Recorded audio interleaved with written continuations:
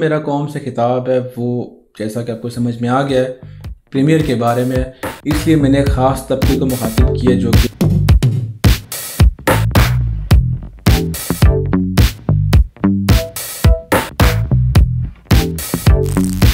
मैं ज़रा एक मिनट गाड़ी पार्क कर लूँ। ये चीज़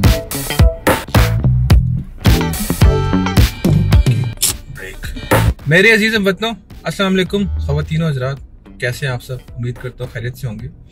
पिछले दिनों में एक बड़ा ही खौफनाक वाक़या पेश आया। कोई एक हफ़्ता पहले की बात है, ज़्यादा दूर नहीं जाते। हुआ यह कि जब लोग सुबह उठे तो सब ने टिकटॉक को अपने मोबाइल फ़ोन्स के अंदर मुर्दा हालत में पाया। पता चला कि कुछ नामालूम अफराद की साजिश की वजह से गवर्नमेंट ने टिकटॉक का टकाटक बना दिया और बोला, ये लो मज़े करो, नाचो।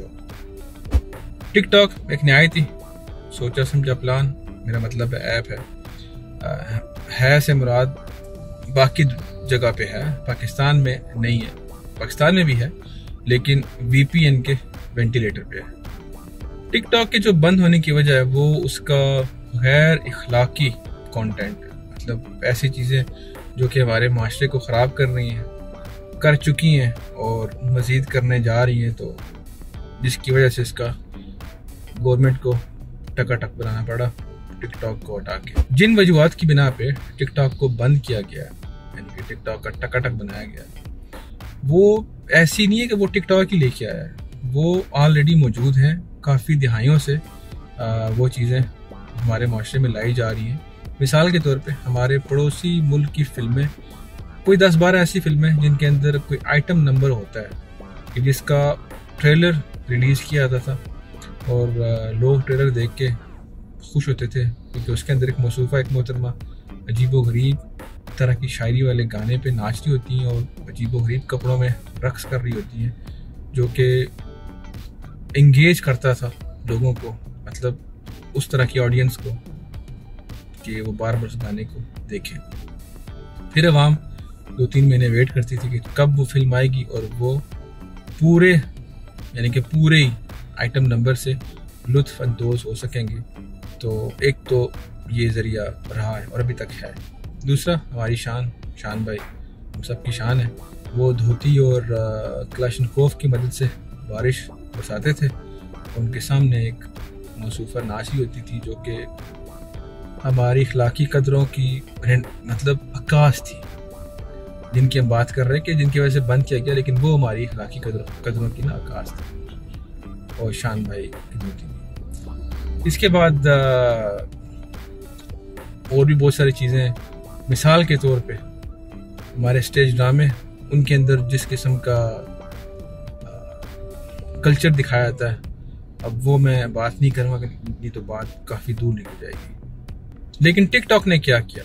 टिकटॉक ने सबके हाथ में दिया, यानी कि स्टेज अपना अपना स्क्रीन दी कि भाई जितने आइटम नंबर हैं, जितने डायलॉग्स हैं, हवायात हो, कुछ भी हो, तो मजा दो, नाचो, जी भर के नाचो। सबके हाथ में अपना अपना स्टेज है, रिकॉर्ड करो, लोगों तक पहुंचा दो। अवाम को क्या फ़ायदा हुआ?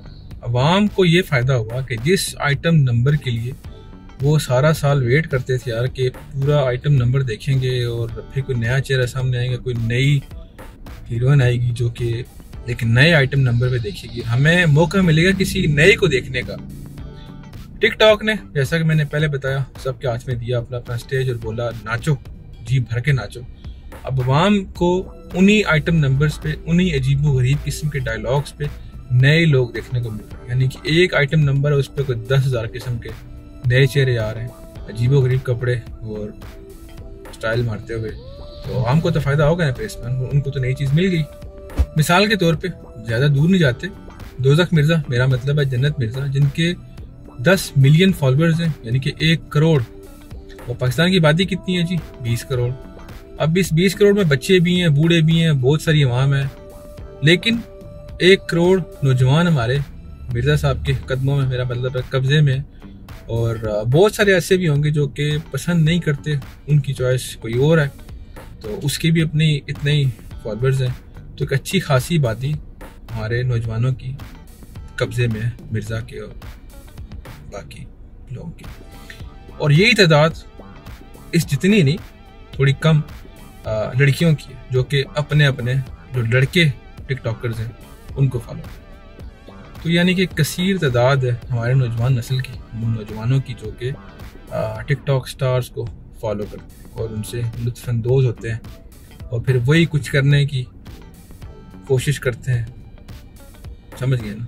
टिकटॉक जैसा कि आप जानते हैं दुनिया का तेज़ तरीन ग्रो करने वाला सोशल मीडिया प्लेटफॉर्म बना। सोशल मीडिया नहीं कह सकते इसको, नचवाने वाला नेटवर्क बना जो कि रिकॉर्ड ब्रेकिंग था अपनी ग्रोथ में, बहुत जल्दी से ग्रोथ की।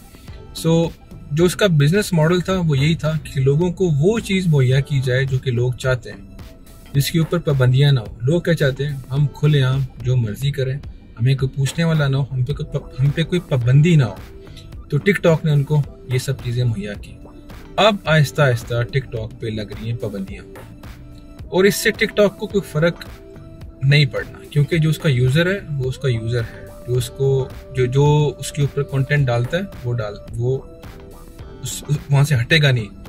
जैसे खुलेगा दोबारा उसके ऊपर अपना कंटेंट अपलोड करेगा। पाबंदियाँ लगेंगी, नुकसान नहीं होगा इससे, क्योंकि टिकटॉक को हमने उस लेवल पे पहुंचा दिया है कि जहाँ पे टिकटॉक को एज ए कंपनी उसे फ़र्क नहीं पड़ना, लोग अब इसे छोड़ नहीं सकते।